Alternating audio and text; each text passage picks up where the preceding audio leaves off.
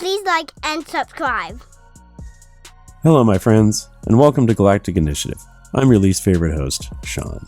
In the finest tradition of Rian Johnson, we subvert your expectations by starting our analysis of the series finale of Andor with my reactions before I pass the mic to the original and best host, Jeff. A surprise to be sure. If you haven't watched episodes 10 through 12 of Season 2 of Andor, there will be spoilers ahead. You have been warned.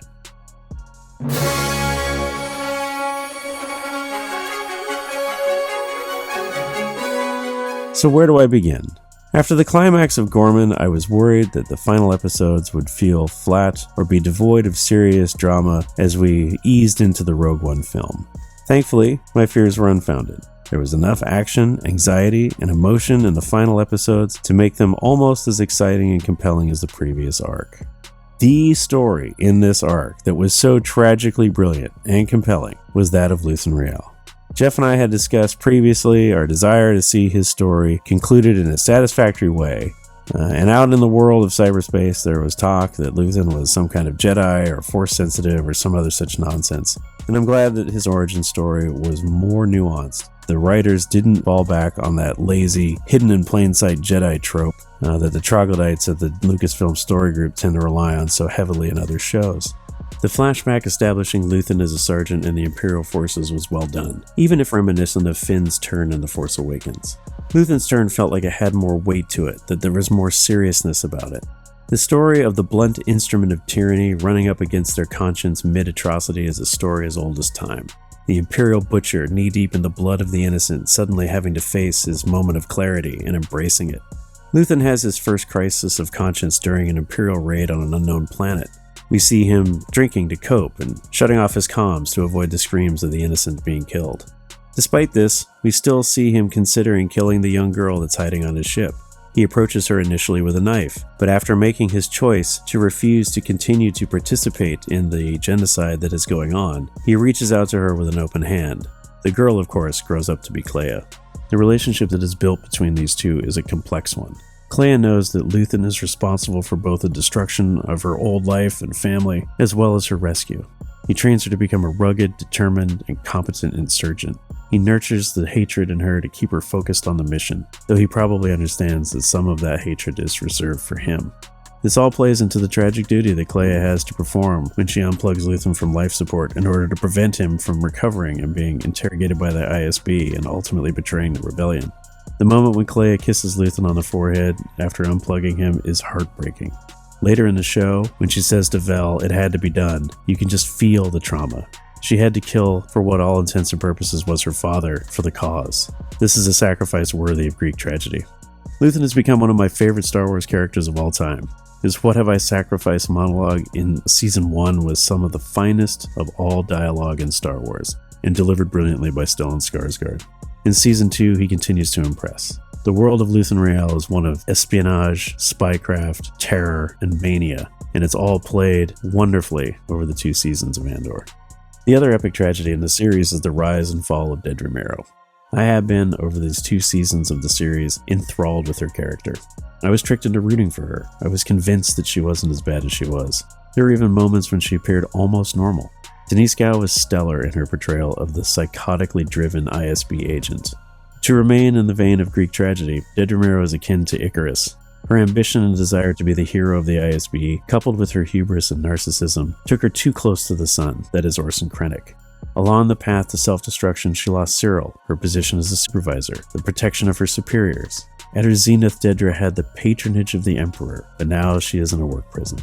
Her character arc shows the paranoia and the pettiness of totalitarian police states. It's not enough to be transferred or demoted when you fail. Total effort and total commitment to the regime means total punishment when you fail it. Dedra's freelancing cost her freedom, the lives of Partagaz and Cyril, and so many others.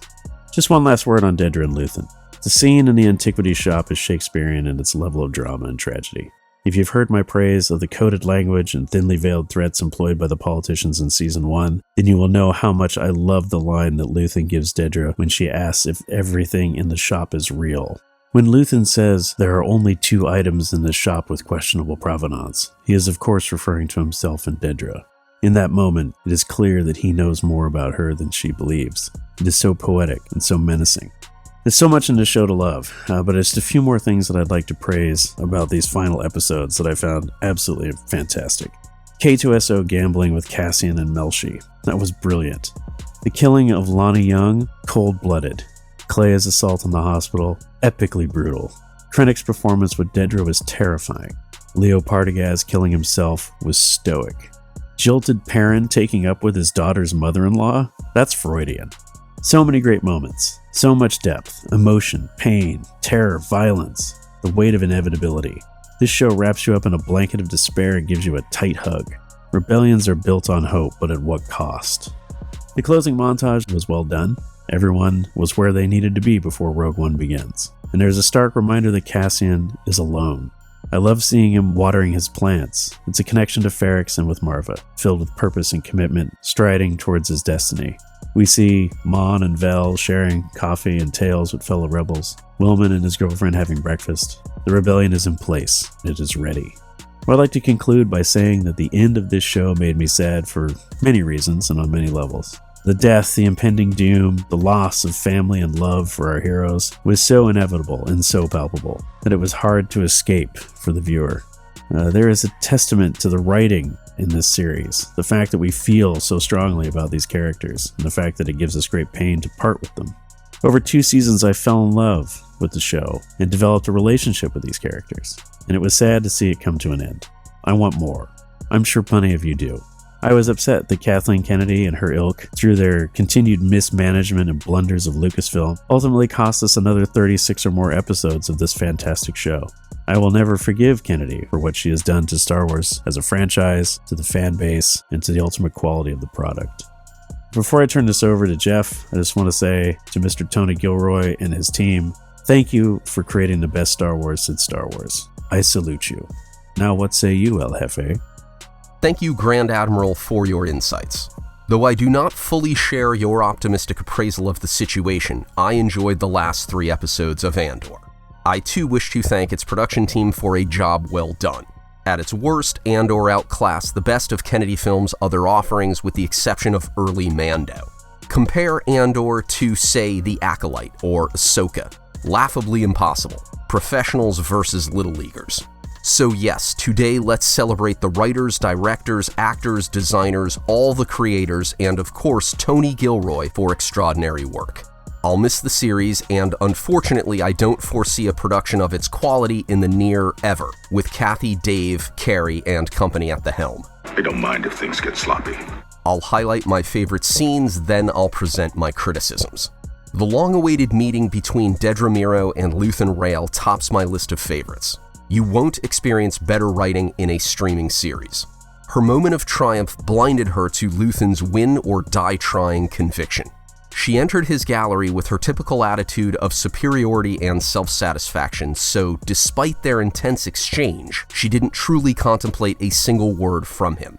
A humble and perceptive agent would have exercised caution, particularly when Luthen displayed a knife and made grandiose statements. In an upcoming video, I'll cover Dedra's deficiencies as an intelligence supervisor. Their interaction wasn't long enough. I wanted this microcosm of Empire versus Rebellion to be a Tarantino-esque colloquy that slowly, menacingly built to a climax over the course of 10 minutes. Dedra and Luthen embody their respective sides in the galactic civil war. Again, I laud the writers, director, and actors. Dedra left Luthen's gallery in shock and terror because she'd gambled her future on his interrogation. Once more, he hindered the Empire through sacrifice in a clever prelude to the events of Rogue One. The dialogue consummated all that led to it, such as Cassian's get inside their house explanation, Luthen's everything monologue, Nemik's manifesto, Kino's inability to swim, Marva's defiance, the revolt on Ferrix, Cassian's coming home to yourself pep talk, the tragedy of Gorman, and Mon's address to the Senate. The Empire always overestimated its power, and the Rebellion always showed its determination. When he said 2 items of questionable provenance, I believe Luthen referred to the ceremonial knife and himself. His antique dealer persona wasn't authentic. Twice in the final arc, I thought of Bushido, feudal Japan's code that valued honor above life. First, Luthen chose death over surrender, and he used a ceremonial knife to perform a variation on seppuku.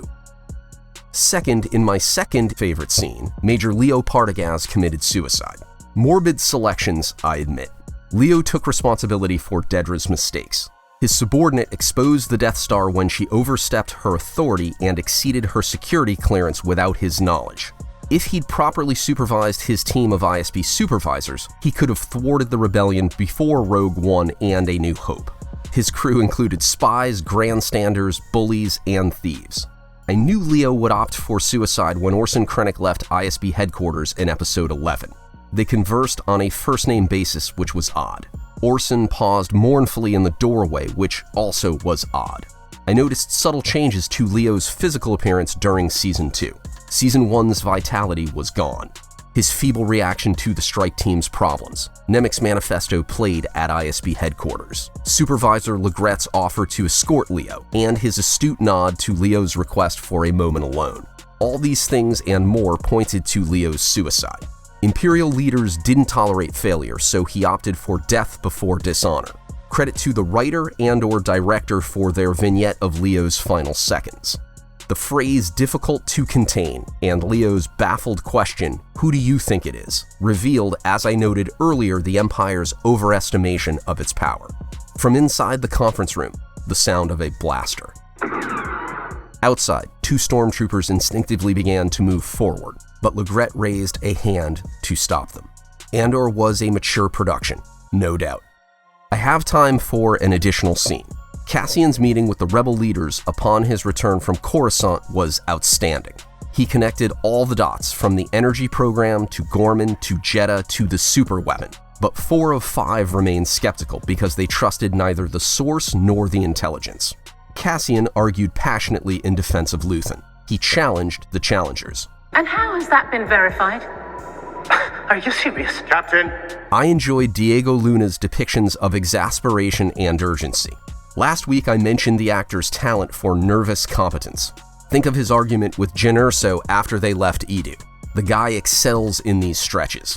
I appreciated the return of Rogue One's cast, including Admiral Raddus. Yes, out of necessity, Bail Organa was swapped, but I thought Benjamin Bratt delivered a solid performance. The continuity was most welcome. This was Star Wars. The Alliance's fragile state, the fear of detection that fueled the fear of taking action, the arrogance exhibited by several key members, Mon's leadership in its infancy, a threat so massive that it defied reasonable assessment. I remembered briefing rooms and hangars in the original trilogy, and the council chamber in the prequel trilogy. The stakes were galactic. Cassian chastised the group when he said none had given a fraction compared to Luthen. He was correct. My criticisms. The final episodes felt, in a word, rushed. The last arc, more than any other, seemed hampered by the studio's decision to cut seasons. Important developments were told rather than shown, or they were accelerated past a believable pace. Off-screen, Dedra mourned Cyril, I hope. Luthen upset the Alliance. Lonnie uncovered the Death Star. Dedra identified Luthen. Cassian befriended Tivik, etc., etc. At an overly rapid clip, Luthen became a rebel and trained Kleya. The Empire turned on Dedra. Cassian grew frustrated with K2, and Saw refused to play nice. In a montage, the rebels who subsequently admitted to terrible things went jogging. Perrin caroused with Davos' wife. Dedra went to prison, and Bix gave birth to a son. In the whatever happened to category, Cassian's sister, Davos Sculdun, Lita Mothma, Linus Mosk, Tay Kolma, Uncle Harlow, the Rock Paper Scissors rebels, the TIE Avenger, etc., etc. Before our recording, Sean made an observation. When they toasted the Fallen, Cassian and Vel didn't acknowledge Brazo, the man who was Cassian's best friend. That's cold. Rest in peace, Brazo. Viewers remember. The first 6 episodes, which crawled, seemed divorced from the last 6 episodes, which flew. The two halves were drastically different, and many things from the former had no bearing on the latter. What caused the disconnect? Did Kennedy Film reduce the series after Tony Gilroy began filming the opening chapters of Season 2? The writers should have chosen a separate location for the ISB arc. Coruscant was the capital and Emperor Palpatine's home. In 2 days, a major committed suicide, 2 supervisors were murdered, 1 supervisor was arrested, and a strike team was wiped out. 2 years prior, an interrogator perished in a bombing. 1 year prior, Mon Mothma openly denounced Palpatine and escaped. The Emperor's reaction to the earlier developments would have been swift and vile, and it would have greatly decreased the odds of future rebel infiltrations, assassinations, and rescue missions. The Empire couldn't abide violence in its front yard. Why not shift the action to an outlying system where it couldn't raise canon-breaking questions? Send Kleia elsewhere and strand her. Simple. Don't use her APB to explain the underwhelming response. A trace on Luthen's colleague warranted many squads and air support. The Empire knew only one style: overkill. Less than 10 agents? No lockdowns? No extreme security measures? Also, why didn't the regime that backed false imprisonment, torture, work camps, planetary seizures, the Death Star, and Dedra's takedown strip Perrin of his wealth? When Mon maligned Palpatine in the Senate, I figured Perrin was headed to prison on Narkina 5 or worse. Overall, a worthy effort. I highly recommend Andor despite its flaws. The series treated its source material with respect, a rare and beautiful approach these days. I don't know if a production of its caliber will ever succeed it. For a few weeks, I found happiness in the Star Wars galaxy again. Thank you for watching. Please like the video and subscribe to my channel if you enjoyed the preceding analysis. Check out Galactic Initiative for all things Star Wars. Galactic Initiative is not authorized or endorsed by Lucasfilm Limited. The name Star Wars and all related materials are registered trademarks of Lucasfilm Limited, a subsidiary of the Walt Disney Company, for rights reserved. Galactic Initiative is a registered trademark and other product and company names are trademarks of their respective holders. Use does not imply affiliation or endorsement.